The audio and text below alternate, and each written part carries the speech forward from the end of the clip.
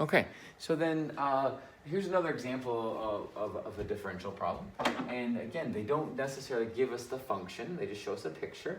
And they actually show us a tangent line at 3, 1. And that 3, 1 is what we're going to use to help us evaluate, well, a function at 3.2 and a function at 2.96. So if we do part A, I'm going to identify once again, like, okay, my x coordinate's going to be 3, but I'm going to deviate by a positive 0.2, because that's greater. And to find dy, I would think, okay, it's approximately equal to the derivative at that point, at 3, times my deviation of not 0.02, just 0.2.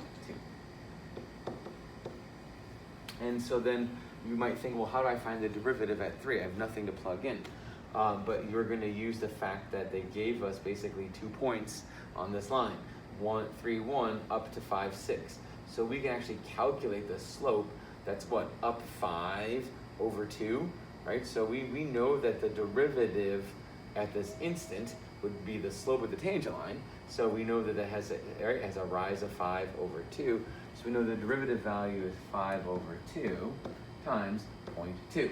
And 0.2 we could think of as 1/5 to help with our calculation. So then 5 halves times 1/5 is equal to 1/2. So again, that's not the answer. That's just how much we deviate by. So f of 3.2 would approximately equal whatever f of 3 was plus your deviation dx.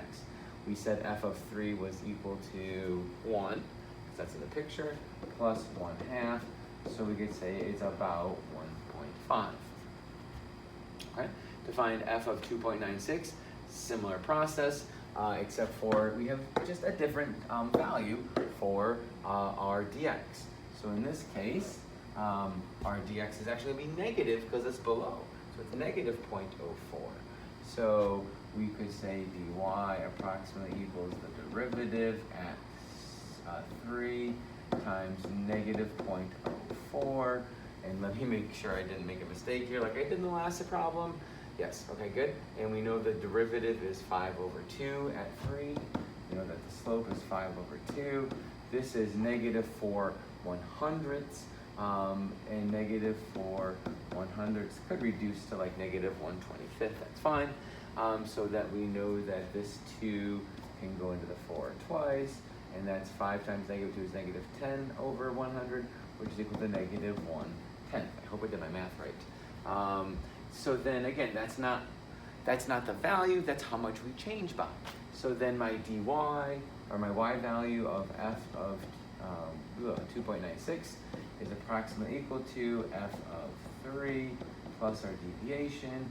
We said that was 1 plus negative 1/10, which is equal to 9/10.